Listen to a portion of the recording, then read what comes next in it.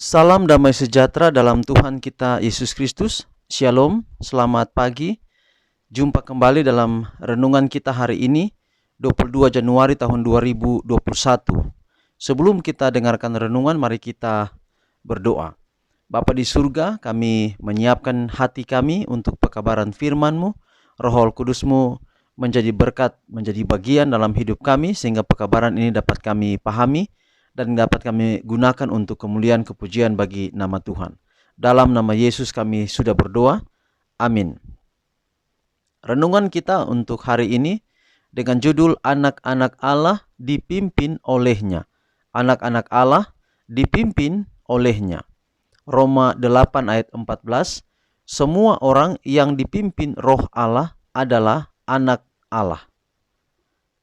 Roh Suci adalah suatu oknum, karena ia menyaksikan beserta dengan roh kita. Bahkan kita adalah anak-anak Allah. Kalau kesaksian ini diberikan, maka dibawanyalah sertanya buktinya sendiri. Pada waktu-waktu yang demikian kita percaya dan kita merasa pasti bahwa kita adalah anak-anak Allah.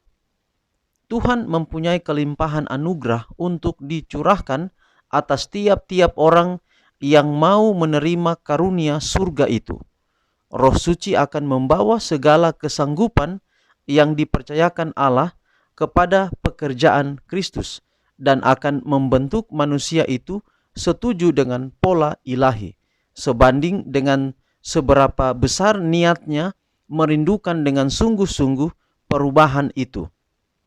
Barang siapa yang setuju untuk dipimpin oleh Roh Allah akan diberi penerangan dan disucikan.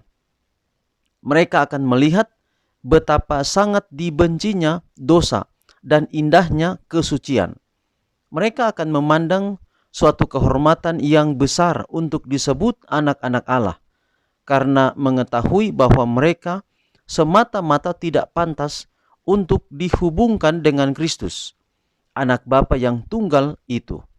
Kristus mengambil atasnya sifat kita, agar ia dapat menghubungkan kita dengan dirinya. Ia menderita dalam daging, agar ia dapat membawa banyak putra dan putri kepada Allah.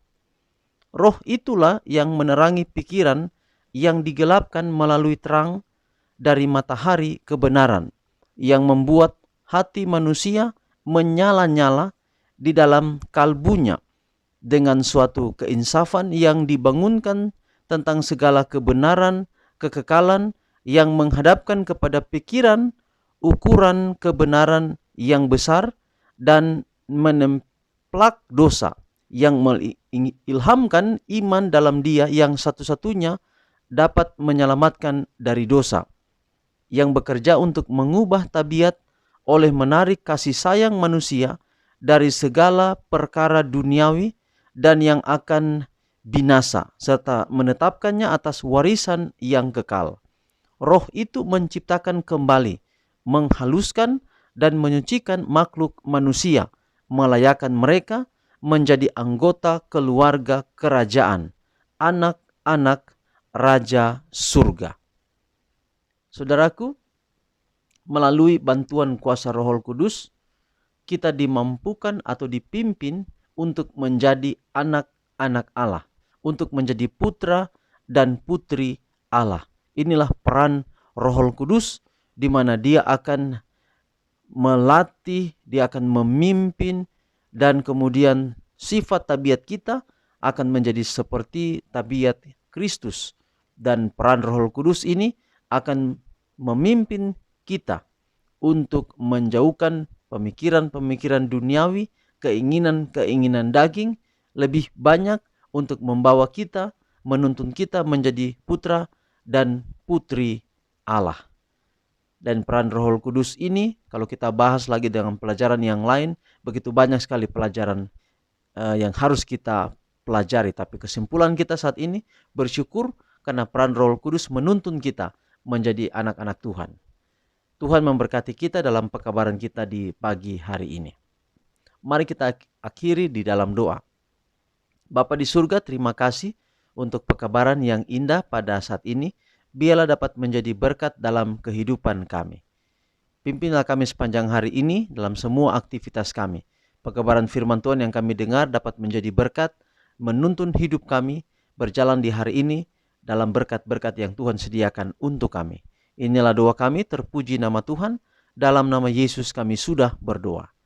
Amin. Saudaraku, demikian pekabaran kita di pagi ini. Tuhan memberkati kita.